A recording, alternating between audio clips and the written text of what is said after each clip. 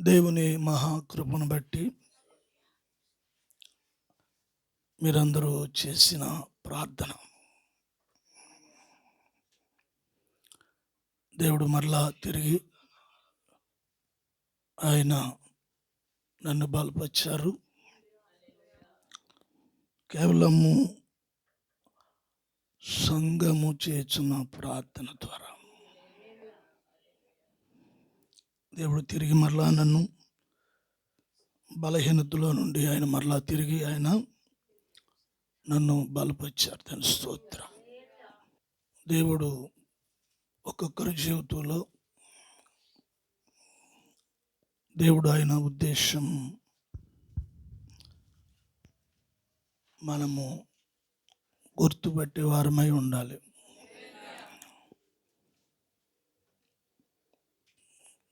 నీ వయసు ఏమైనాను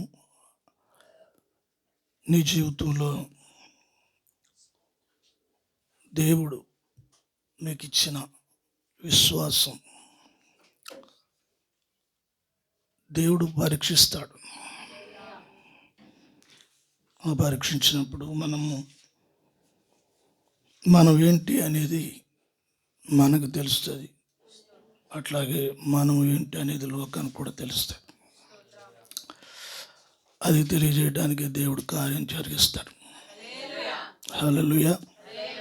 మంచిది. సమయంలో మనం వాక్యంలోనికి వెళదాము. అందరూ కూడా ధ్యానపూర్వకంగా ఉండాలని మరొకసారి మీకు మనవి చేస్తున్నాను.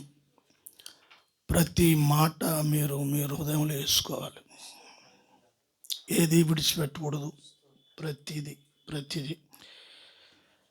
ఇది దేవుడు ఇస్తున్న వర్తమానం. దేవుడు నా కొరకు సిద్ధపరిచిన వర్తమానం అని గుర్తించాలి. అలా గుర్తించినప్పుడు మన జీవితంలో మన ఆత్మ శక్తి పొందటం, మన ఆత్మలో వర్ధిల్లటం,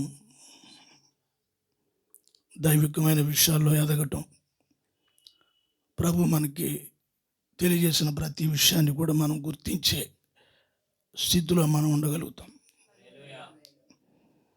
ఈ సమయంలో మనం యెషయా గ్రంథము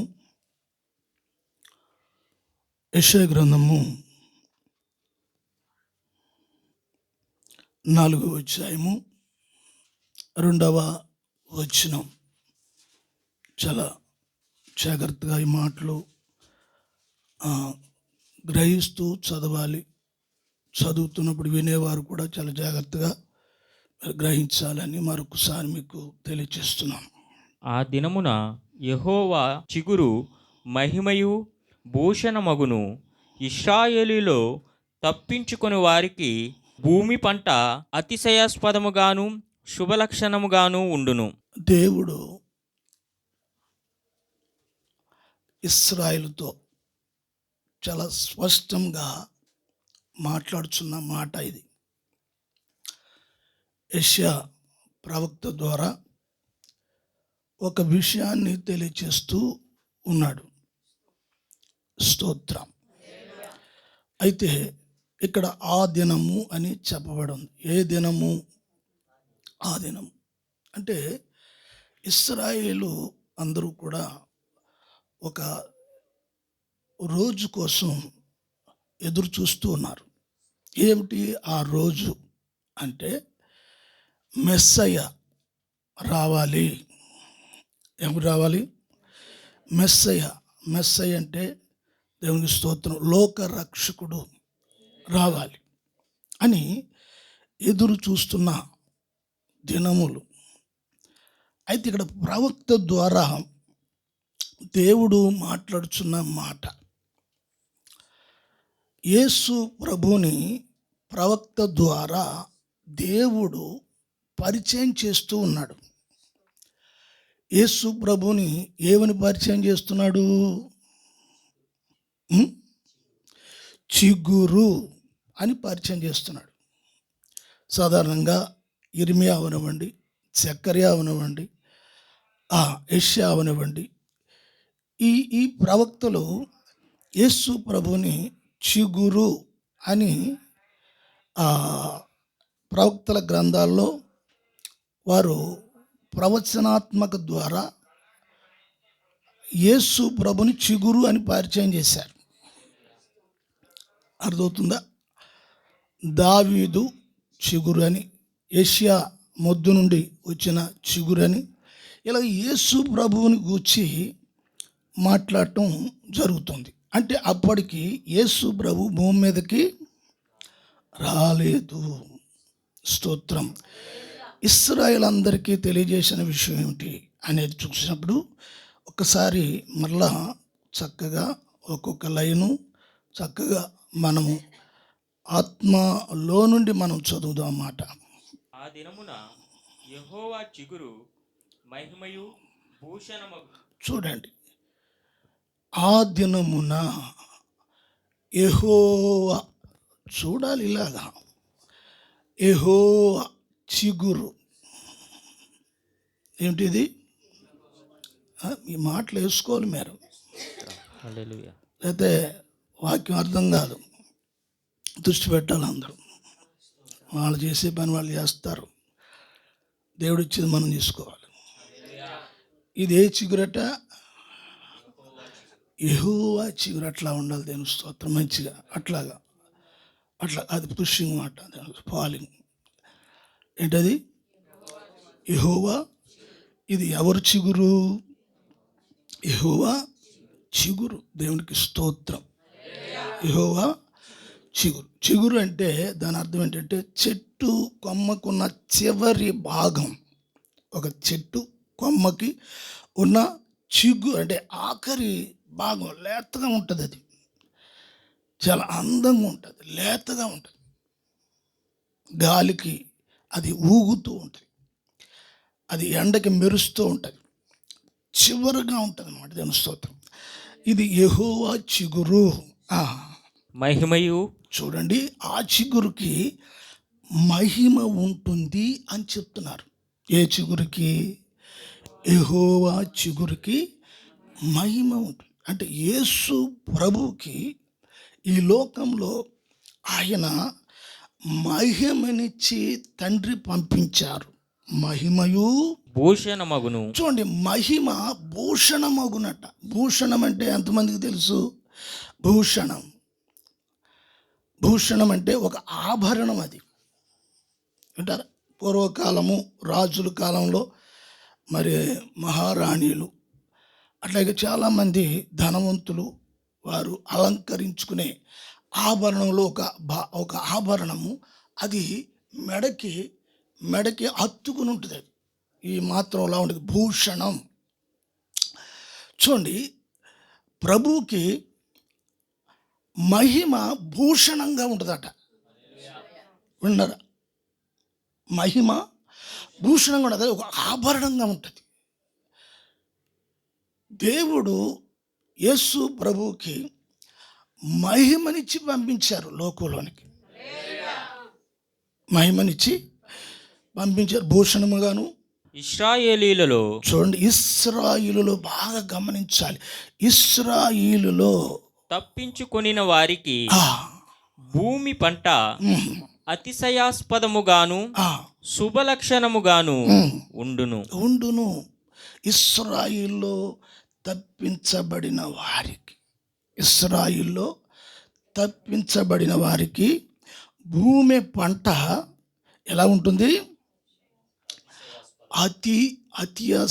ఆస్పదముగాను శుభ లక్షణంగాను. ఈ వచనాలు చూడండి, ఈ మాటలు ఎంత అందంగా ఉన్నాయో చూడండి. అందమే కాదు, శుభ సూచన. అంటే ప్రభువు లోకానికి రావటం అనే విషయం ఏదైతే ఉందో దేవుడు సంకల్పించి ప్రవక్తల ద్వారా ఆయన ఉద్దేశాన్ని తెలియచేస్తూ ఉన్నారు. అది శుభ సంకల్పము, అది శుభవచనము. స్తోత్రం, హల్లెలూయా.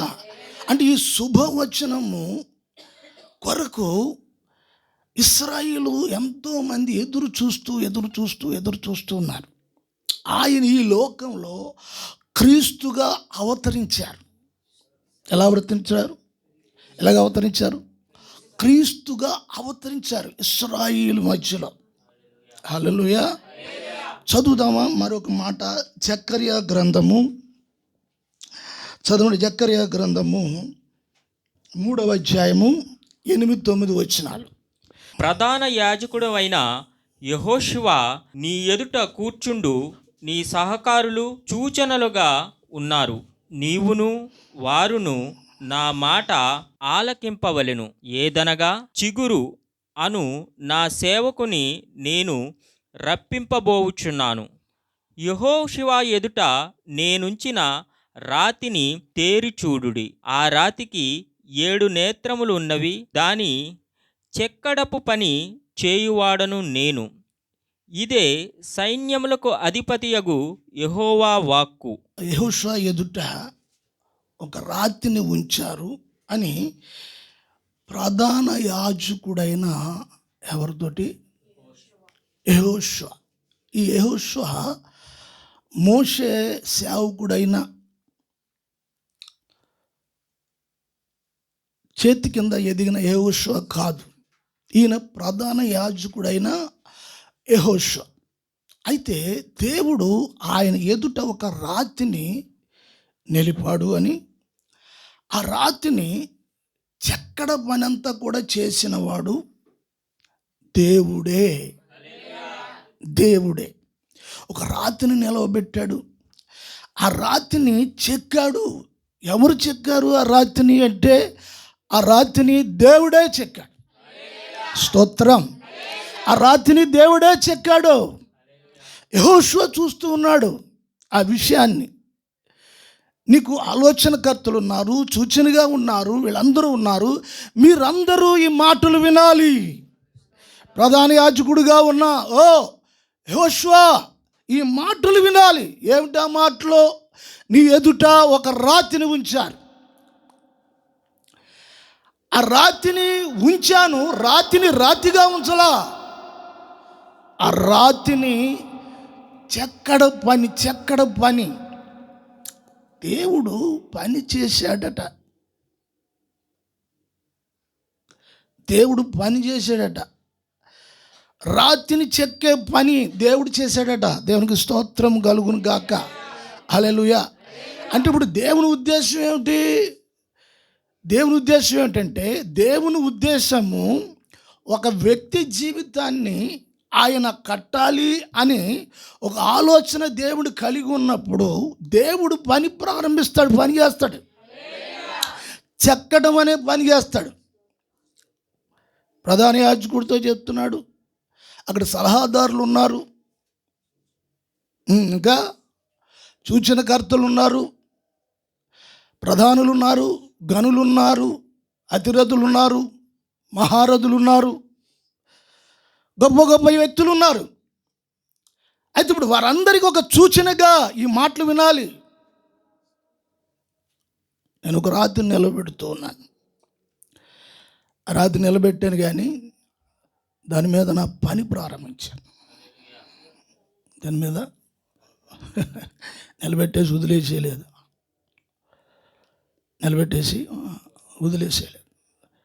మనం అంటూ ఉంటాం కొన్ని సందర్భాల్లో, ఏం పర్లేదు, ఈ మధ్యన అనుకో పర్లేదండి, బాగానే నిలదొక్కున్నామండి. ఏం దొక్కున్నాం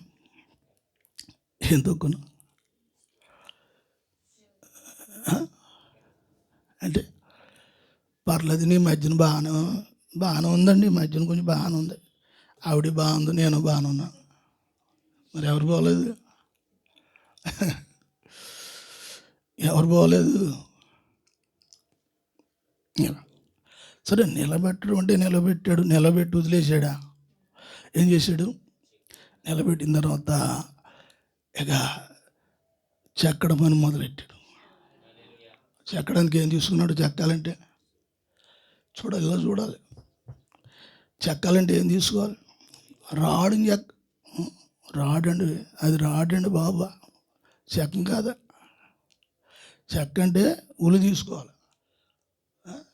మరి సరే, పోనీ అలా చేద్దాం. తీసుకుని ఏం చేస్తున్నాడు? ఎలా ఉండదు చెక్తే? రాడు పెద్దది అవుతుందా? ఆ మధ్యన చాలా బాగుండేవి, బాగా సైతే ఆ మధ్యన బాగానే ఆ, ఈ మధ్యన కొంచెం సైజు ఏంటి అలా తగ్గిపోయారు.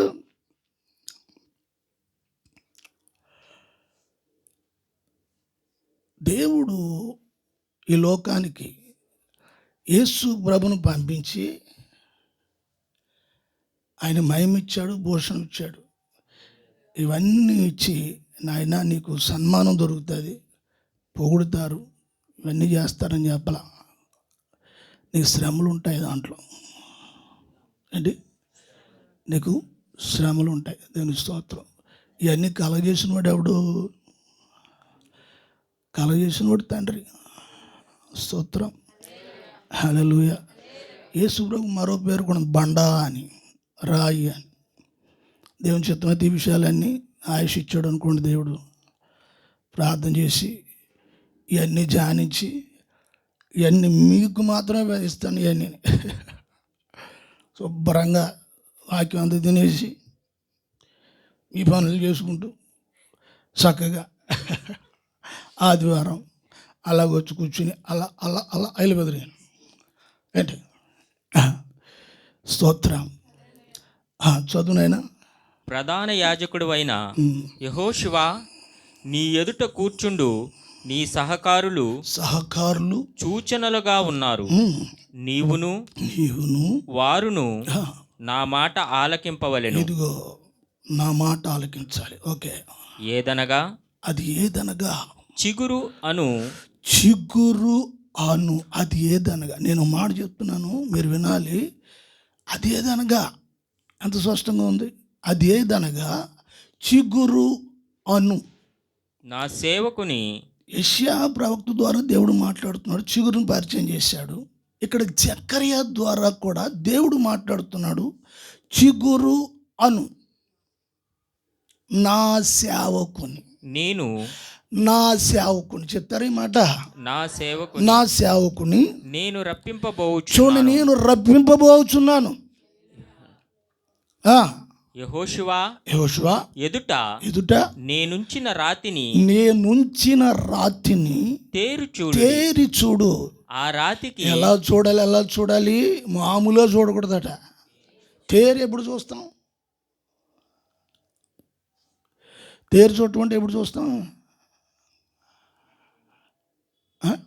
తేరు ఎప్పుడు చూస్తామంటే ఆశ్చర్యం కలిగించేది ఏదైనా, మనకి భ్రాంతి కలిగించేది, ఆశ్చర్యం కలిగించేది.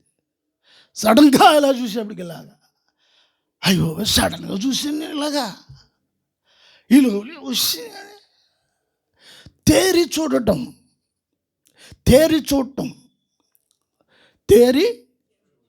చూడుడి. ఆ రాతికి నువ్వు చూసే చూపు కూడా సరిగ్గా చూడాలి. ఏం చేస్తాడు? మాట్లాడేది దేవుడు. రిలీజ్ అయ్యేది దేవుని వాక్కు. ఎవరు? యెహోవా, సైన్యములకు అధిపతియగు యెహోవా సెలవిచ్చుచున్న మాట ఇది. వినాలి, తేరి చూడాలి. నీ ఎదుట ఉంచాను. ఏముంచాను నీ ఎదుట? చెక్కబడి పని చేశాను, నీ ఎదుట ఉంచాను. ఎదురు నిలబెట్టిన రాడు ఏమనుకున్నావు తెలుసా? అది దాని మీద పని జరిగింది. ఏంటో పని? చెక్కడ పని. ఆ చెక్కడ పని చేసిన తరువాత అది ఎంత ఉంటుంది? రాడు నిలబెట్టారు. నిలబెట్టిన రాయిలా ఉంటుందా? ఆలోచించండి ఒకసారి.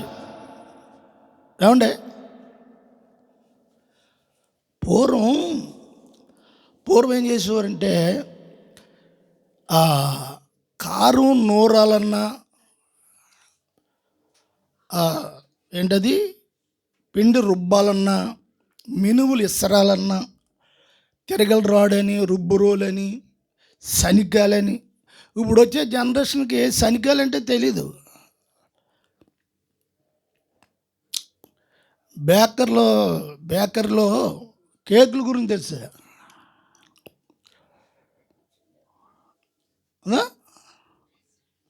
శనికాయలు అంటే తెలియదు. ఆ శనికాయల మీద అల్లం నూరాలన్నా, గసగసాల నూరాలన్నా, కారం నూరాలన్నా అది వేసి నూరి అప్పుడే వండేవారు కదా. అది ఇప్పుడు ఆ శనికాయలను తయారు చేయడానికి ఇంత రాడు పట్టుకొస్తారు. అది శనికాయలుగా రూపాంతరం చెందాలి, ఆ రూపం మారాలంటే దాని మీద సుత్తి శాను ఇవన్నీ మనోడు అన్నాడు కదా, అవన్నీ వాడితే ఎంత రాడైతే తెచ్చారో అంత ఉండదు. ఎంత ఉంటుంది దాంట్లో? 75 పోతుంది, ఉండేది 25.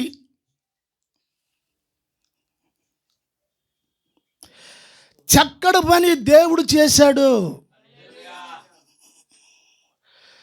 చక్కటి పని దేవుడు చేశాడు. ఆ పని చేశాడు ఆయన. విన్నారా? స్తోత్రం. ఆ చక్కటి పని నువ్వు తేరి చూడాలి. ఆ మాటే ఫాలో. యెహోషువ ఎదుట నేనుంచిన రాతిని తేరి చూడుడి. ఇది యెహోవా చిగురు అంటున్నారు. తర్వాత నేను యెహోషువ ఎదుట నేను ఉంచిన రాతిని మాటలు పాయింట్అవుట్ చేసుకోవాలి మీరు. నేను ఉంచిన రాతిని, నా చిగురు ఎవరిది? ఇప్పుడు తండ్రి అయిన దేవునిది చిగురు. ఆ ఉంచిన రాడు కూడా అయిందే. యెహోషువ పట్టురాలా, ఆలోచనకర్తలు పట్టురాలా, వాళ్ళని వీళ్ళని ఎవరిని తెమ్మనలా. అది ఆయిందే, ఆ చిగురు ఆయిందే, ఆ రాడు ఆయిందే, ఆ పని కూడా అయిందే. స్తోత్రం. అయ్యా చెక్కేశాను, ఇప్పుడు దీన్ని ఎలా నువ్వు చూడాలి? ఎలా చూడాలి? ప్రభువుని ఎలా చూడాలి? వాక్యాన్ని ఎలా చూడాలి? స్తోత్రం. హల్లెలూయా. తేరి చూడు. ఎలా చూడాలో కూడా దేవుడు నేర్పిస్తూ ఉన్నాడు. నువ్వు చూపు ఎలా ఉండాలి, నువ్వు ఎలా చూడాలి, నువ్వు ఎలా చూడాలి. బైబిల్లో చాలాసార్లు దేవుడు చెప్పాడు నువ్వు నిదానించి చూడాలని చెప్పాడు నిర్గమకాండంలో. ఇప్పుడు ఇక్కడ తేరు చూడమన్నాడు. ఆ రాతికి 7 నేత్రములున్నవి. ఆ రాతికి 7 నేత్రాలు ఉన్నవి. దాని చెక్కడపు పని చేయువాడను నేను. దానికట 7 నేత్రాలను పెట్టాడట, 7 కళ్ళు పెట్టాడట. దేని స్తోత్రం. వాక్యలో రాయబడి ఉంది, యెహోవా నేత్రములు లోకమంతా కూడా చూడు మా అమ్మ చెప్తుంది, యెహోవా నేత్రములు లోకమంతా సంచరించుచున్నది. స్తోత్రం. 7 నేత్రములు చెక్కాడట. దేవునికి స్తోత్రం. 7 నేత్రములు చెక్కాడు. ఒక్కొక్క నేత్రం, ఒక్కొక్క కన్ను చెక్తా 2 సరిపోవా? నీకు నాకు ఎన్ని ఉన్నాయి? ఒకటి వేసేటప్పుడు ఎలా ఉంటుంది? కొంతమంది అంటారు ఇగో నాకు వెనక్కి కూడా కోళ్ళు ఉన్నాయంటారు. ఏమున్నాయి వెనక్కి కూడా? నువ్వేం చేస్తున్నావో తెలుసు, వెనక్కి కూడా కోళ్ళు ఉన్నాయి. ఎదర అర్థం ఉంటుంది, అక్కడ కనిపిస్తూ చూస్తూ ఉంటాడు వెనక్కి కూడా కోళ్ళు ఉన్నాయంట. ఇక్కడ 7 నేత్రములు. స్తోత్రములు. 7 నేత్రములు అంటే మీరు గమనించాలి. 7 నేత్రములు అనగా 7 ఆత్మలు. 7 యేసు ప్రభు 7 ఆత్మలు కలిగిన వాడు ఆయన. ఒకటి వివేక ఆత్మ, జ్ఞానము ఆత్మ, దేవుని అందులో భయము పుట్టించే ఆత్మ. ఇది వేరే అంశం. అయితే ఇక్కడ నేను సందర్భం వచ్చింది కాబట్టి మాటలు చెప్తూ ఉన్నాను. గమనించాలి. 7 నేత్రములు దానికి చెక్కబడ్డాయి. ఆ పనంతా నేనే చేశానన్నాడు. ఇప్పుడు దీనికి రూపం వచ్చేసింది.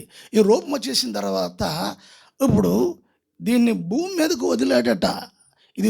ఇది చిగురు అని చెప్పబడి, ఇది రాడు అని చెప్పబడి, రాయి అని చెప్పబడి, ఇలాగా ఎన్నో మాటలు దీని గురించి ఉన్నాయి. దేవునికి స్తోత్రం. హల్లెలూయా. చదవండి, అదే జకర్యా గ్రంథము 6వ అధ్యాయం 12వ వచనం. అతనితో ఇట్లనుము, ఆ, సైన్యములకు అధిపతియగు యెహోవా సెలవిచ్చినదేమనగా, చిగురు అను ఒకడు కలడు, అతడు అతడు తన స్థలములో నుండి చిగుర్చును. ఇక్కడ జకర్యా మరో మాట కూడా మాట్లాడుతున్నాడు. జకర్యా ద్వారా దేవునికి స్తోత్రం. చిగురు అను ఒకడు కలడు. చూడండి, ప్రవక్తల గ్రంథాల్లో యేసు ప్రభువుని గురించి మాట్లాడుతున్న ప్రవచనాలు ఇవి. వింటున్నారా? దేవుని స్తోత్రం. 11వ వచనం చదువుతారా మాట? 11వ అధ్యాయము ఇది ఇట్లా ఉంచండి. మరలా మనం అంటే నాకు కొంచెం ప్రేరేపణ బట్టి మాటలు వస్తున్నాయి. యెషయా గ్రంథం 11వ అధ్యాయంలో యెషయా మొద్దు నుండి చిగురు పుట్టును. చూడండి, గమనించాలి. యెషయా మొద్దు నుండి చిగురు పుట్టెను, వాని వేరుల నుండి అంకురము ఎదిగి ఫలించెను. మీకు బైబిల్ రోజు చదువుతున్న అనుభవాలు ఉంటే ఈ వాక్యం చాలా చక్కగా అర్థమవుతుంది. కనీసం ఒక నిజమైన విధేయత కలిగిన ఆత్మ మీకున్నా కూడా ఇది అర్థమవుతుంది.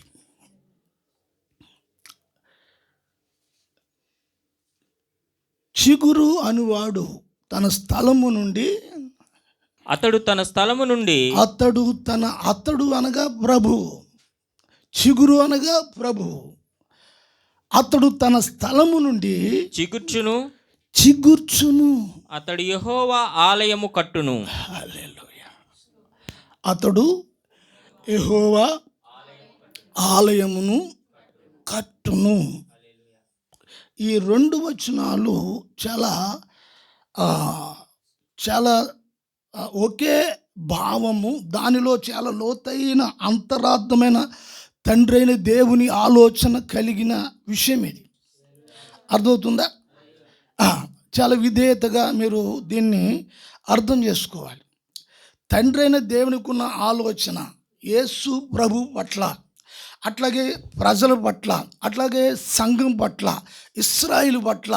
చూడండి, దేవుని ఆలోచన ఇశ్రాయేలు మధ్యలో, సంఘం మధ్యలో, యేసు ప్రభు చుట్టూ, ప్రవక్తల విషయంలో, ఈ విషయాలన్నీ తిరుగుతూ వస్తూ ఉన్నాయి.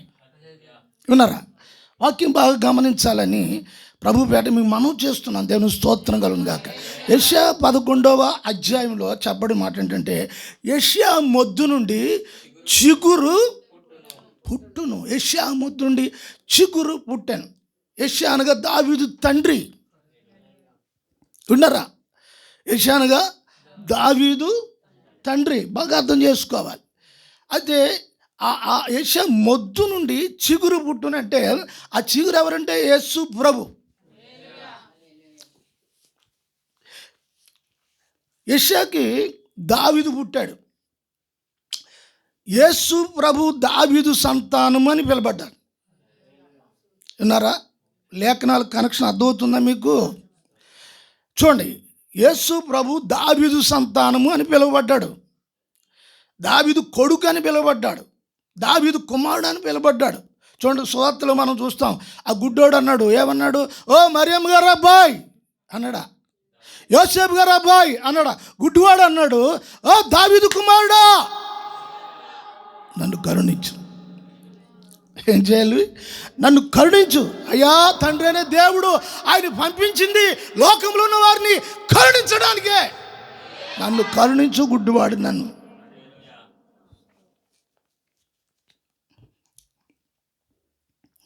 యెషయా మొద్దు నుండి చిగురు పుట్టెను, దాని నుండి అంకురము ఏర్పడెను. దేవునికి స్తోత్రం. గమనించాలి, మీకు ఒక విషయం చెప్తాను బాగా. ఇప్పుడు యెషయా గారికి దావీదు పుట్టాడు. దావీదుకి చాలామంది కొడుకులు ఉన్నారు. ఎంతమంది ఉన్నారు? చాలామంది. ఆయనకి బహుభార్యత్వం ఉంది కదా, కొడుకులు ఉన్నారు. బాగా పరిచయం ఎవరంటే అబ్షాలోము, ఇంకా సలోమోను, ఇంకా చాలామంది వీధారి అంటే చాలా గనులు, బలాజ్యులు, అందగాళ్ళు, సొగసైన వారు దావీదుకి పుట్టారు. ఇంతమంది దావీదుకి కుమారులు ఉన్నను ప్రవచనాలలో ప్రవక్తలు దావీదుకి పుట్టిన సంతానం ఎవరంటే ఆ చిగురు చిగురు చిగురు చిగురు అని చెప్పబడ్డారు, చెప్తున్నారు. దేవుని స్తోత్రం, హల్లెలూయా. దావీదుకు పుడతాడు, ఆయన దావీదు వంశంలో పుడతాడు. యేసు ప్రభు మరి యోధా వంశంలో పుట్టాడు కదా, దావీదు వంశంలో పుట్టాడు. ఆయన దావీదు సంతానముగా పిలువబడుతున్నారు బైబిల్లో ప్రవక్తల గ్రంథాలు చూస్తున్న సమయంలో. అదేంటండి, దావీదు చాలామంది పిల్లలు పుట్టారు కదా. అవును, పుట్టారు. దేవునికి స్తోత్రం. వాళ్ళందరూ ప్రవచన లెక్కలోకి రాలేదు. మరి ప్రవచన లెక్కలోకి ఎవరు వచ్చారంటే యేసు ప్రభు వచ్చారు. వాక్యం చెప్తుంది దావీదు సంతానంలో పుట్టాడు అని. దేవుని స్తోత్రం. మన పుట్టింది గొప్ప గొప్ప వంశులు ఎవడన్నా పుట్టాడా అంటే దేవుని స్తోత్రం. ఇప్పుడు దావీదు వ్యభిచారి, దావీదు నరహంతకుడు, యూరియాని చంపేశాడు, ఆయన భార్యను తీసుకెళ్ళాడు. ఇన్ని విషయాలు ఉన్న దావీదు విషయంలో ప్రవచనాలు ఎట్లా ఉన్నాయో చూడండి. దావీదు చిగురని అంటే ఇప్పుడు దావీదును దేవుడు ఏ స్థానంలో పెట్టేశాడు? తీసుకెళ్ళి ఉన్నతమైన స్థానంలో పెట్టాడు. ఎక్కడ పెట్టాడు? దావీదును. యెషయా మొద్దు నుండి చిగురు పుట్టెను, దాని నుండి అంకురము ఏర్పరచబడి. స్తోత్రం. అదేం చేస్తుంది? ఎదిగి ఎదిగి ఎదిగి ఫలిస్తుందట. దేవునికి స్తోత్రం కలుగును గాక. ఇవన్నీ లేఖనాలు, ఆధారము, ప్రవచనాలు ఇవన్నీ కూడా దేవునికి స్తోత్రం, హల్లెలూయా. వాక్యంగా చదివి వాక్యంగా ఒక సరైన ఆత్మతో చదివినప్పుడు ఒక బ్రాహ్మడు చాలా పండితుడు, మంచి గొప్ప వంశంలో పుట్టినవాడు, తల్లిదండ్రులు గొప్ప భక్తులు పెంచారు ఆయన. ఒక బ్రాహ్మణుడు ఆయన ఏంటి యేసు ప్రభు కోసం ఎంత గొప్పగా చెప్తారు అని సీక్రెట్గా బైబిల్ తెప్పించుకుని, అసలు ఈ బైబిల్లో ఏదన్నా లోపాలు ఉంటే మనం వాటిని బయట పెడదాం అని ఆ పండితుడు ఇక బైబిల్ చదవడం ప్రారంభించాడు. ఆదికాండం నుంచి బైబిల్ ప్రారంభించి చదువుతూ ప్రకటన గ్రంథంకి వచ్చేసినప్పుడు అతనికి అనిపించింది, ఇక ప్రభువే రక్షకుడు, నేను మారు మనసు పొందాలి, నేను బాప్తిజం తీసుకోవాలనిపించింది అట ఆయనకి. అంటే బైబిల్ చదువుతుంటే బైబిల్లో ఉన్న లోపాలను చూద్దామని ఆయన చదివితే ఆయనలో ఉన్న లోపాలు, బలహీనతలు, పాపాలు, ఇవన్నీ జన్మతర పాపం, ఇవన్నీ కూడా ఆయనకి తెలిసిపోయినాయి బైబిల్ వాక్యం చూస్తున్న సమయంలో. స్తోత్రం. యేసు ప్రభు ఎంత పరిశుద్ధుడు, యేసు ప్రభు ఎంత నీతిమంతుడు, యేసు ప్రభు ఎంత యథార్థవంతుడు, యేసు ప్రభు ఎందుకు ప్రాణం పెట్టాడు, యేసు ప్రభు ఎందుకు వచ్చాడు, యేసు ప్రభు ఎందుకు నలగొట్టబడ్డాడో, ఎందుకు సిలువలో ఏలాడాడో, ఈ విషయాలనే పండితుడికి అర్థమైపోయినాయి. పాపరిహార్థమై ఇదంతా చేశాడు. సృష్టికర్త సంకల్పం ఇదంతా అనేసి ఆయనకు అర్థమైపోయింది. నేను స్తోత్రం కలుగును గాక, హల్లెలూయా. అయితే ఇప్పుడు ఇటువంటి వాడు దావీదు సంతానం అని పిలువబడుతుంది. దావీదు సంతానం ఎప్పుడైనా మీరు గమనించారా? దావీదు సంతానం ఎలాగయ్యాడు? చాలామంది ప్రసంగం చేసేటప్పుడు దావీదు ఆ బెత్షెబతో పాపం చేశాడు, అది చేశాడు, మేడమేం చూశాడు, ఇవన్నీ చెప్తూ ఉంటారు. దేవుని స్తోత్రం కలుగును గాక. అయితే దేవుని సంకల్పం దాంట్లో ఏమి ఉంది అనే విషయాన్ని బయటికి తీయటం అనే విషయం దేవుడు పరిశుద్ధాత్మ బయలుపరచాలి. లేఖనాలను దాని సారాంశము అంతా కూడా మైనస్ మాట్లాడటం అనేది ఉంటుంది. అయితే దావీదులో దేవుడు ఉంచిన ప్లక్స్,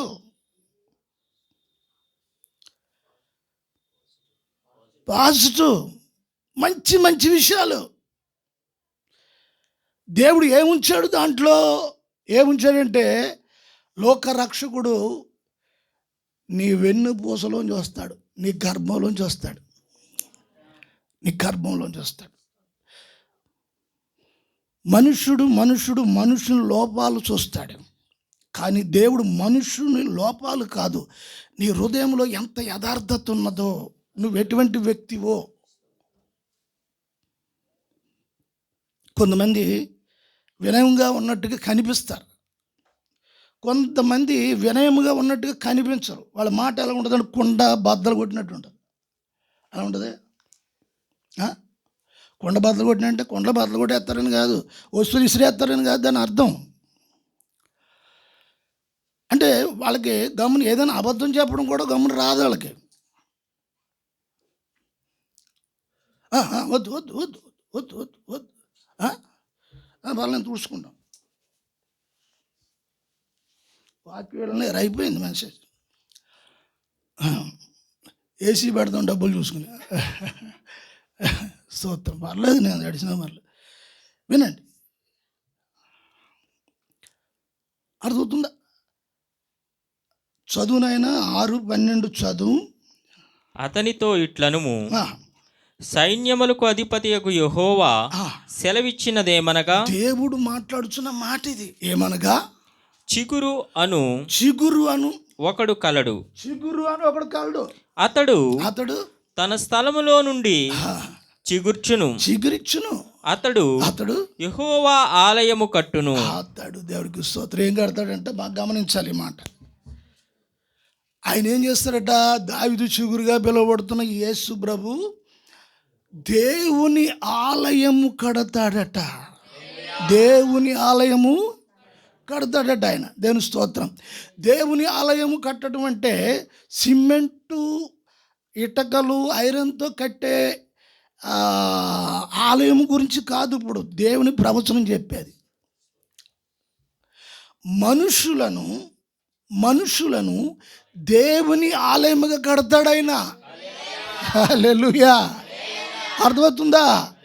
ఇప్పుడు యేసు ప్రభు కట్టే ఆలయాలు ఏమిటి అంటే మనుషుల్ని ఆలయాలుగా కడతాడు. ఇప్పుడు నిన్ను మందిరంగా కడతాడు, ఈయన మందిరంగా కడతాడు, నిన్ను మందిరం కడతాడు, నన్ను మందిరం కడతాడు, ఇక్కడ ఉన్న వాళ్ళందరినీ మందిరాలుగా కడతాడు. ఎవరు ఇప్పుడు అంటే ఇప్పుడు వాక్యం పని ఏంటి అంటే అందరినీ మందిరాలుగా కట్టడమే. ఏంటి? నిన్ను మందిరంగా కట్టడమే. ఇప్పుడు మందిరం ఎందుకు? గుళ్ళు కడతారు. గుడి కట్టిన తర్వాత ఏం పెడతారు? దాంట్లో ఒక విగ్రహాన్ని పెడతారు. విగ్రహం పెట్టి దాన్ని ఆరాధిస్తారు, పూజ చేస్తారు. అయితే ఇప్పుడు ఈ యేసు ప్రభు కట్టే మందిరం ఏమిటి అంటే ఇప్పుడు మనుషుల్ని మందిరంగా కట్టి తన తండ్రి అయిన దేవుని దాంట్లో ఆరాధించడానికి దేవుని స్తోత్రం కలుగును గాక. హల్లెలూయా. ఆయన మానవుడుగా వచ్చింది, సశరీరుడుగా ప్రత్యక్షమైంది కూడా అందుకే. స్తోత్రం. నిన్ను ఆలయముగా కట్టడానికి, నిన్ను మందిరంగా కట్టడానికి, ఆయన మందిరంగా కట్టడానికి నిన్ను ఆయన ఏ విధంగా మలచాలో. మందిరం అంటే సంఘం. స్తోత్రం. హల్లెలూయా. యేసు ప్రభువు మాట చెప్పాడు. చదువుదాం. మత్తయి సువార్త 16:18. మత్తయి సువార్త 16:18 చూద్దాం. యేసు ప్రభు మందిరాన్ని కడతారట.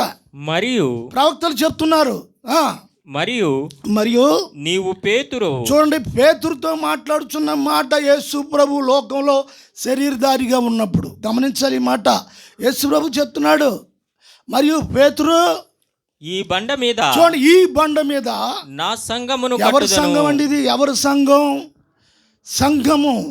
సంఘం ఎవరిది? ప్రభువుది. ఆ ప్రభు సంఘాన్ని ప్రభువే కడతాడట. దేవుని స్తోత్రం. నా సంఘాన్ని నేనే కడతాను. ప్రవచనాలు ఏం చెప్తున్నాయి? జకర్యా గ్రంథము 6:12 యెహోవా ఆలయం ఆయన కడతాడు. ఆలయం అనగా మందిరం, ఆలయం అనగా సంఘం. ఇక్కడ కొత్త నిబంధనలు యేసుప్రభు చెప్తున్నమాట, నా సంఘమును నేను కడతాను. ఓ పేతురు గారు, నేను ఏర్పాటు చేసుకున్నాను, నిన్ను పిలిచాను, వాళ్ళ విడిచిపెట్టావు, పని విడిచిపెట్టావు, మంచిదే, వచ్చావు, సంతోషం, నాకు మందిరం కట్టిపెట్టు బాబా, నాకు సంఘం కట్టిపెట్టు. పేతురు గారు ఏంటి? నాకు ఒక సంఘం కట్టిపెట్టు అన్నాడా? నిజంగా పేతురు గారు సంఘం కడితే పేతురు గారు అన్ను, ఇది పేతురు గారి సంఘం, ఇది పీటర్ గారి సంఘం, అది సీమోన్ గారి సంఘం, ఇది ఆంద్రే గారి సంఘం. వాక్యంలో ఏం చెప్పబడింది?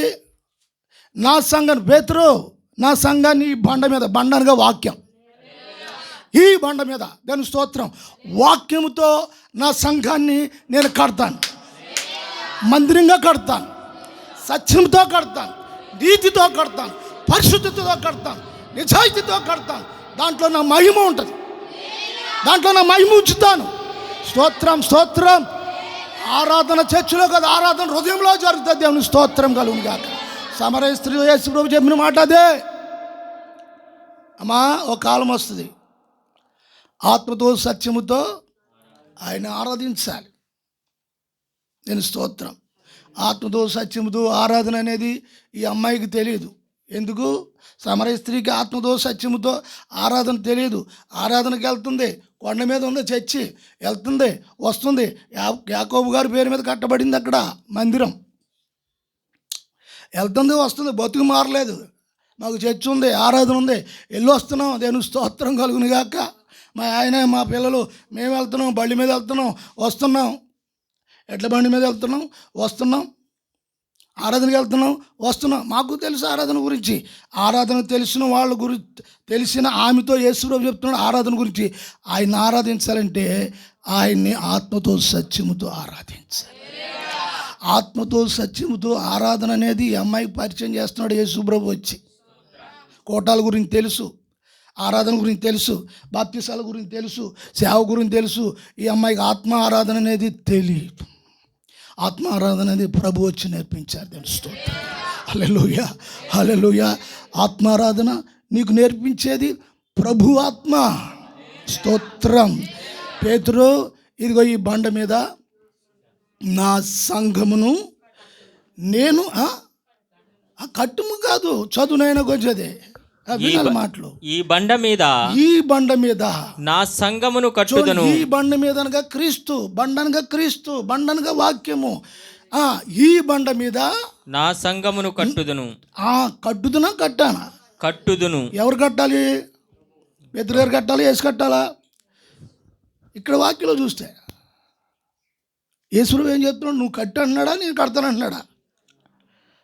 ఆయన కడతాడు. ఆ సంఘంలో, కట్టిన సంఘంలో యేసు కడతాడు. ఆ యేసు కట్టిన సంఘంలో యేసు ఏర్పాటు చేసుకున్న సేవకుని పెడతాడు.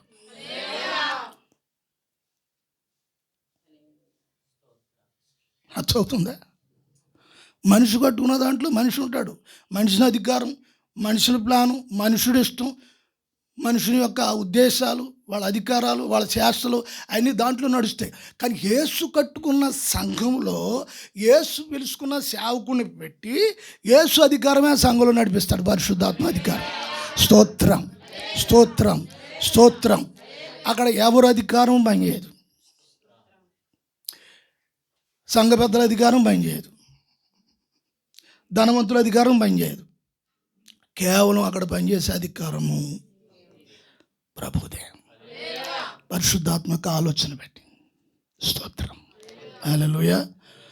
నా సంఘము నేను కడతాను, ఆ సంఘము ఎదుట పాతాళలోక ద్వారములు అది అది అది అది అది దాని ఎదుట నిలువ నేరవని అది నేను నీతో చెప్పుచున్నాను. అది పాతాళ లోక ద్వారము. పాతాళం అంటే ఎవరి కోసం నిర్ణయించారు దాన్ని? సాతాను కొరకు ఆ పాతాళాన్ని ఉంచారు. దానికి ద్వారాలు ఉన్నాయి, అవి ఎప్పుడు కూడా 24 గంటలు తెరిచి ఉంటాయి. ఎప్పుడు కూడా ఏమంటుంది? తెరిచి ఉంటాయి. రండి రండి రండి నా బిడ్డలారా, రండి రండి నా బిడ్డలారా అంటది. నా బిడ్డలారా. దారి తప్పిన వాళ్ళందరూ దాని బిడ్డలే, వాక్యాన్ని ఎదిరించే వాళ్ళందరూ దాని బిడ్డలే, దేవుని సంఘం మీద తిరుగుబాటు చేసే వాళ్ళందరూ దాని బిడ్డలే, లోకాన్ని ప్రేమించే వాళ్ళందరూ దాని బిడ్డలే. ఆ బిడ్డలు చూసి మురిసిపోతూ ఉంటుంది. లోకంలో ఏం కావాలి? రండి నా బిడ్డలారా, రండి నా బిడ్డలారా. చివరికి ఆఖరికి వాళ్ళ జీవితం ముగింపులో ఆ ద్వారాలు తెరిచి ఉంటాయి. దాని దురాశ. దాని అస్త్రం ఏంటో తెలుసా? దాని ఆయుధం ఏంటో తెలుసా? అబద్ధము, మోసం. దానితో దేవుని బిడ్డలను, విశ్వాసులను మోసవచ్చి ఆ మోసంలోనే బతికేటట్లుగా లోకంలో సుఖాలు, సంతోషాలు, ఆనందాలు దాంట్లో ఉంచేసి ఒక రోజు చనిపోయిన తర్వాత ఇదిగో నా ద్వారంలోనికి వచ్చాయి. ఏంటి? దాని ద్వారాలు తెరిచుంటే దేవుని స్తోత్రం కలుగును గాక. హల్లెలూయా. అయితే దాని జిమిక్కులు వాక్యంతో కట్టబడిన విశ్వాసులు ఎదుట అవి నేరవని చెప్తాడు ప్రభు. ఏంటి? దాని మోళి, దాని డ్రామా, దాని జిమిక్కులు, దాని ఏంటి, దాని యొక్క ఏంటి, దాని ట్రిక్స్. దేవుని స్తోత్రం కలుగును గాక. హల్లెలూయా. ఏంటి దాని ట్రిక్స్, దాని మోసపు మాటలు. దేవుని స్తోత్రం. కొన్ని సందర్భాల్లో కొన్ని కుటుంబాల్లో భార్యను పట్టేస్తుంది. కొన్ని సందర్భాల్లో భర్తను పట్టేస్తుంది. ట్రిక్స్ కొంతమంది పిల్లల్ని పట్టేస్తుంది. అన్ని కుటుంబంలో ఐక్యత ఉండదు. దేవుని స్తోత్రం కలుగును గాక. అందుకే ఒక కుటుంబంలో తండ్రి ఒక సంఘానికి, తల్లి ఒక సంఘానికి, పిల్లలు బయట. స్తోత్రం. హల్లెలూయా. పిల్లలు బయట. పిల్లలకి ఏమైనా పరిశుద్ధ గ్రంథంలో భక్తుల పేర్లు ఏమైనా తెలుసా అంటే సినిమా యాక్టర్ల పేర్లు తెలుసు. ఆమెలాగా ఈమెలాగా. మగపిల్లలేమో మగపిల్లలు, వాళ్ళకేం తెలుసు? క్రికెట్ ప్లేయర్స్ ఉన్నారు కదా, వాళ్ళ పేర్లు తెలుసు. పరిశుద్ధ గ్రంథంలో ఎవరి పేర్లని తెలుసా? ఒరే పేతురు తెలుసా? ఆడేవాడు అంటాడు.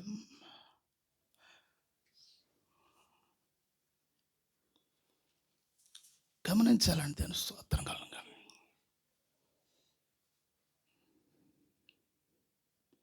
దేవుని ఉద్దేశం, దేవుని సంకల్పం.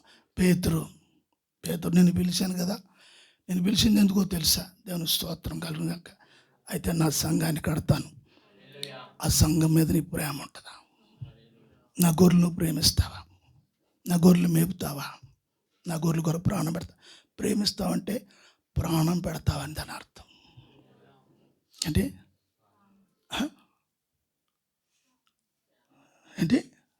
నన్ను ప్రేమిస్తున్నావా?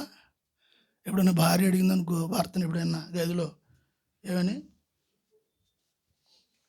కూర బాగుందా అని అడుగుతుందా? ఏమడుగుతుంది? నన్ను ప్రేమిస్తున్నావా? దాని అర్థం ఏంటి? ప్రేమిస్తున్నావంటే ఆ వస్తువులు ఈ వస్తువులు పట్టుకొచ్చి పెడతామని కాదు. నిజమైన ప్రేమ అది కాదు. నిజమైన భార్య ఏం కోరుకుంటా తెలుసా? నువ్వు ఆ సిగరెట్ రాలేదు, ఆ వస్తువులు కొనలేదు, ఈ వస్తువులు కొనలేదు, వాళ్ళ ఇంట్లో ఆ వస్తువులు ఉన్నాయి, ఈ వస్తువులు ఉన్నాయి అని కాదు. ఏమైనా నన్ను ప్రేమిస్తున్నావా అంటే దాని అర్థం ఏంటంటే కడ వరకు నన్ను చేయి విడిచిపెట్టకుండా నా బదులు కడ తెరుస్తావా? తెలుసు. భార్య కూడా భర్తతో అనాలి, సత్యం నిన్ను విడిచిపెట్టినాను. భార్య అందరికీ సత్యం నిన్ను విడిచిపెట్టినాను, అయితే నేను చంపేస్తాను అన్నాడు. నీ చేతులు చచ్చిపోతాను, అందుకంటే ఏం కావాలి? చంపే. కొంతమంది తెలివైన భార్యలు ఎలా అంటారు? ఏమంటారు? నీ చేతులు చచ్చిపోడు నాకు. ఇప్పుడు భార్యలే చంపేస్తున్నారు. కుక్కర్లో చంపేసి ఊరుకున్నారా? కుక్కర్లో ఉడకబెట్టేస్తున్నారు. వాళ్ళకి ఎంత కసి ఉందో చూడు. డ్రమ్ముల్లో పెట్టేస్తున్నారు. కొంచెం డ్రమ్ములే జాగ్రత్తగా చూసుకోవాలి, కుక్కర్లే జాగ్రత్తగా చూసుకోవాలి. పేతురు, నా సంఘాన్ని నేను కడతాను. నేను అందుకే పరలోకి విడిచిపెట్టి భూలోకానికి వచ్చాను. మనుషులు పాపాలన్నీ భరిస్తున్నాను, వాళ్ళన్నీ సహిస్తున్నాను, ఓర్చుకున్నాను. అందుకే నా ప్రాణం పెట్టడానికి కూడా సిద్ధంగా ఉన్నాను. సంఘం కడతాను. ఆ సంఘంలో నా గొర్రెలను ప్రేమించాలి. స్తోత్రం. ప్రియ సహోదరులారా, ఈ ప్రవచన వాక్యాలన్నీ మీరు గమనించాలి. నేను స్తోత్రం.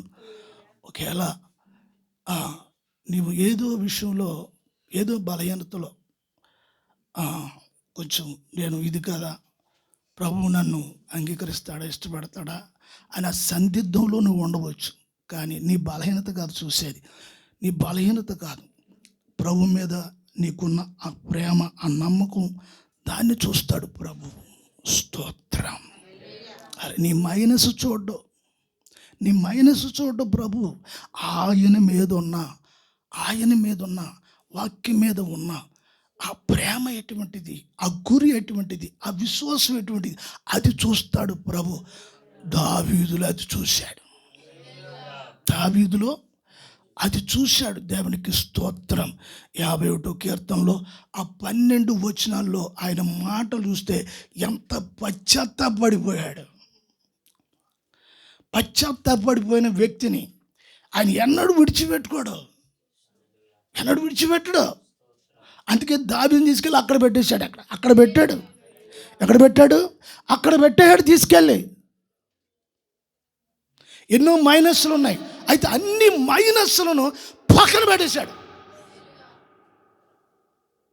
తీసుకెళ్ళి ఆ ఫలభరితమైన ఆ స్థితిలో పెట్టేశాడు.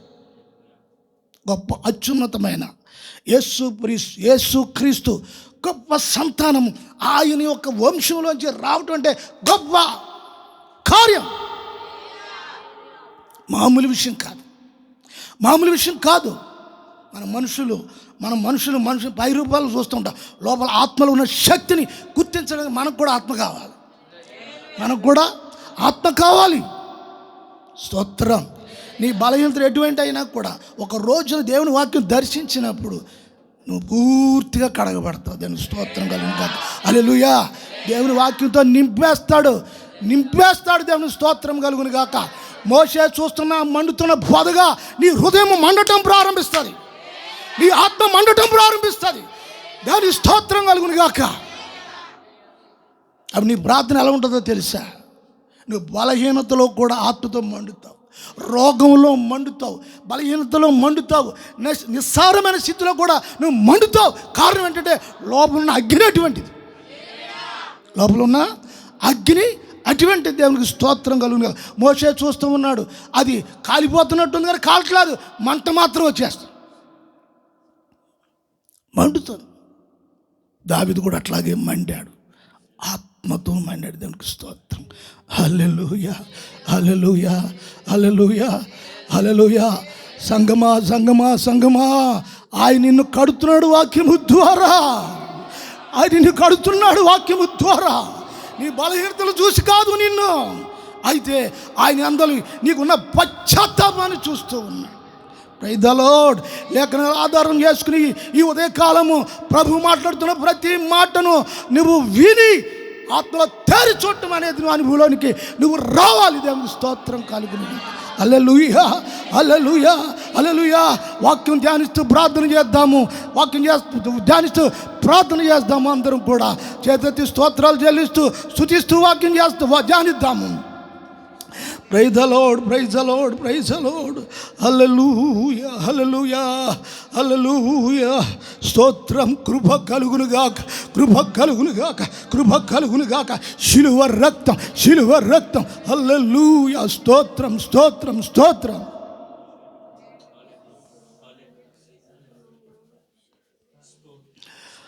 గ్లోరీ, హల్లెలూయా. Praise the lord. స్తోత్రం.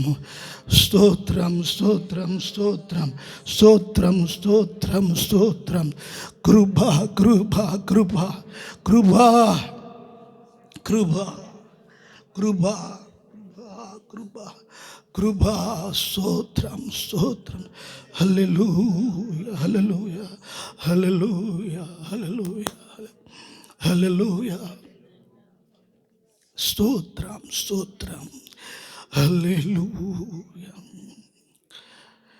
యేసయ్యా నా హృదయ స్పందన నీవే గదా, విశ్వమంత నీ నామము గణనీయము.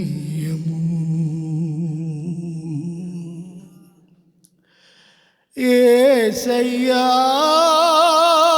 నా హృదయ స్పందన నీవే గదా, విశ్వమంత నీ నామము, విశ్వమంత నీ నామము. యేసయ్యా నా హృదయ స్పందన నీవే గదా, నీవు మాట్లాడని రోజునా నాలకు నిద్ర కరువాయని, నీవు మాట్లాడని రోజునా నా కనులకు నిద్ర, నీవు పెదవిప్పిన రోజునా సన్నిధి పచ్చిక బయలాయనే, నీవు పెదవిప్పిన రోజునా నీ సన్నిధి పచ్చిక బయలాయనే, నీ సన్నిధి పచ్చిక బయలాయనే. యేసయ్యా నా హృదయ స్పందన నీవే గదా,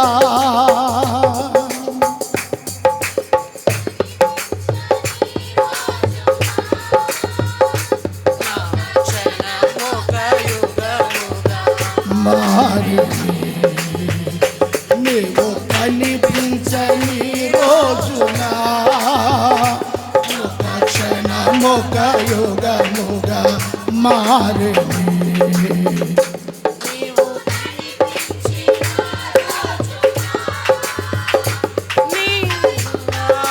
నన్నేలు కొందువనే, నీవు కనిపించిన రోజునా యుగ యుగాలు నన్నేలు కొందువనే, యుగ యుగాలు నన్నేలు కొందువనే.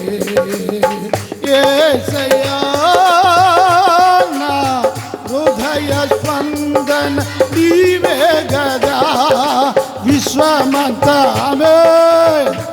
స్తోత్రం స్తోత్రం స్తోత్రం. ఓ గణనీయము వధువై ఇచ్చేయు వేళ,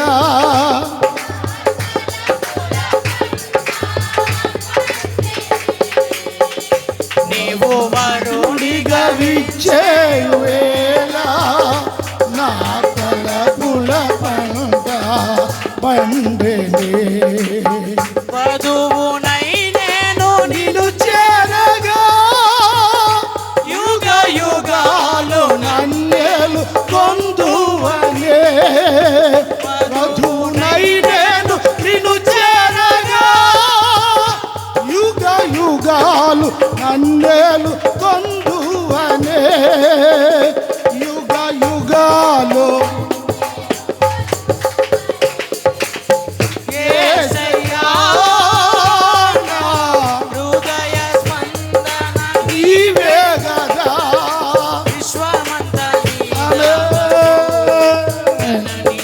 glory, విశ్వమంత నీ నామము గణనీయం. Yes, విశ్వమంత నీ నామము.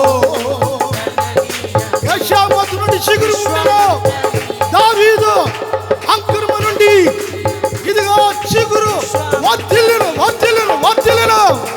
Glory glory. యెహోషువ ఎదుట నిలిచిన రాయిని తారి తారి తారి చూడు. స్తోత్రం. హల్లెలూయా హల్లెలూయా. స్తోత్రం. శరబాబాబాబాబా. కృప కలుగునుగాక కృప కలుగునుగాక. చేయువేళ నా తలపుల వరునిగా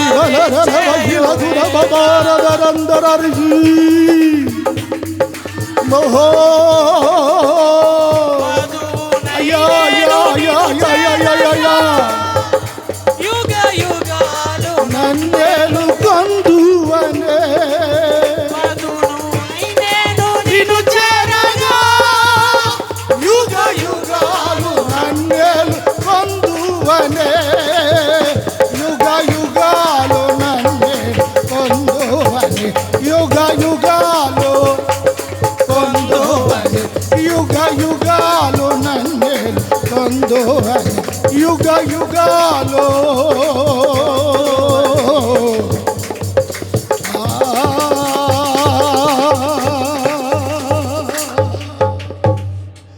యుగ యుగాలు నన్నేలు కొందువనే వధువునై నిన్ను చేరువేళ నా కలల పంట పండేనే వధువునై నేను నిన్ను చేరగా యుగ యుగాలు నన్నేలు కొందువనే యుగ యుగాలు నన్నేలు కొందువనే.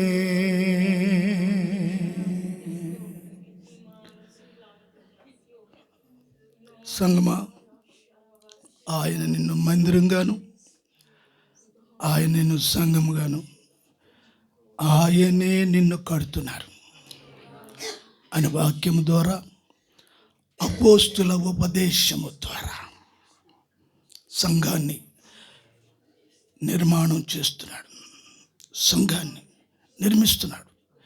ఆయన నిన్ను కడుతున్నాడు. ఆయన ఎలా కడుతున్నాడు?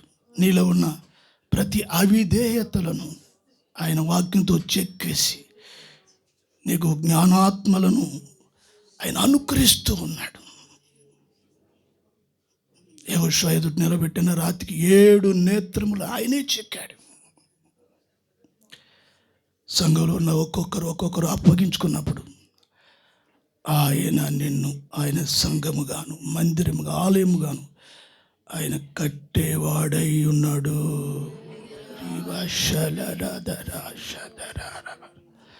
ప్రార్థన. పరిశుద్ధుడైన మా పరమ తండ్రి, మీ పవిత్రమైన నామమును బట్టి స్తోత్రాలు. ఈ పునరుద్ధాన ఆరాధనలో ఇంతవరకు మీరు ఇచ్చిన వర్తమానం బట్టి స్తోత్రాలు. ప్రభా, ప్రవక్తల లేఖనాల్లో నుండి కొన్ని సత్యాలు మరి సంఘము గ్రహించడానికి, నేర్చుకోవటానికి ఈ ఉదయకాలం బిడ్డలు మీరు నడిపించారు. అందుని బట్టి స్తోత్రాలు. కూడి వచ్చిన ప్రతి బిడ్డని వాక్యంతో నింపి అయినా మీరు బలపరిచి స్థిరపరచండి. అందరినీ మీరు దీవించమని ప్రార్థన చేస్తున్నాం. వారి ఆత్మలో ఉన్న ప్రతి నయన రుగ్మతను శుద్ధి చేసి పవిత్రపరిచి మీదుట వారిని నిలబెట్టమని, బలపరచమని, సంఘాన్ని దీవించి ఆశీర్వదించమని, ఈ మాటలు ఉంటున్న ప్రతి బిడ్డను మీరే దృష్టి ఉంచి మాట్లాడుతున్నారు అని ప్రతి వారు గుర్తించినట్లుగా సహాయం చేయమని, వారి కుటుంబాల్లో ఉన్న చిన్న చిన్న బిడ్డలు, పాలు తాగే బిడ్డలు, అనారోగ్యంతో ఉన్న బిడ్డలు, అయినా మంచం మీద ఉన్న బిడ్డలు, హాస్పిటల్లో ఉన్న బిడ్డలు, తండ్రి వ్యాధుల్లో ఉన్న బిడ్డలు, సమస్యలో నలిగిపోతున్న బిడ్డలు, వారెవరిని ప్రభా మీరు విడిచిపెట్టేవారు కాదు. అందరినీ కరుణించేవాడు, అందరినీ నాయన లేవనెత్తువాడు. అందుకే లోకానికి పంపబడ్డ అందరి జీవితాన్ని నీవు నాయన ప్రభావితము చేసి అందరి జీవితాన్ని తిరిగి కట్టి నిలవబెట్టి మందిరాలుగా స్థాపించి దేవుడు నివాసపు ఆలయాలుగా సిద్ధపరిచేవాడు నీవు. మీ వాక్యము చేత ఆయన అదేవిధంగా అందరూ ఆ విధంగా మందిరాలుగా సిద్ధపడే పరిచర్యలో అందరిని మీరు స్థిరపరచమని, యేసు నామమున ప్రార్థిస్తున్నాను తండ్రి. మన తండ్రి అయిన దేవుని ప్రేమ, కుమారుడైన యేసు క్రీస్తు కృప, పరిశుద్ధాత్మ అన్యోన్య సహవాసము, సమాధానం లోకంలో ఉన్న పరిశుద్ధులకును మరి కూడి ఉన్న సంగమునకును సదాకాలం తోడై నడిపించును గాక. యేసు రక్తమే ప్రవేశ యేసు నామమునకు అపవాది కలుగును. ఆమేన్, ఆమేన్, ఆమేన్. Praise the lord. మంచి అందరూ కూడా ప్రభు పేట వందనాలు. ప్రభు మిమ్మల్ని దీవించును గాక.